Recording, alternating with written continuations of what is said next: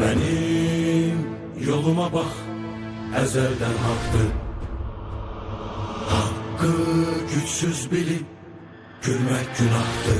Gelecek cezanı çekmeyin vakti.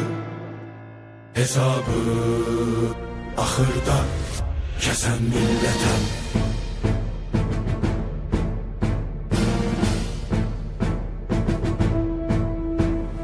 Düzme qabağıma çopurdaşları, səsləsəm dikələrək dağ qardaşlarım.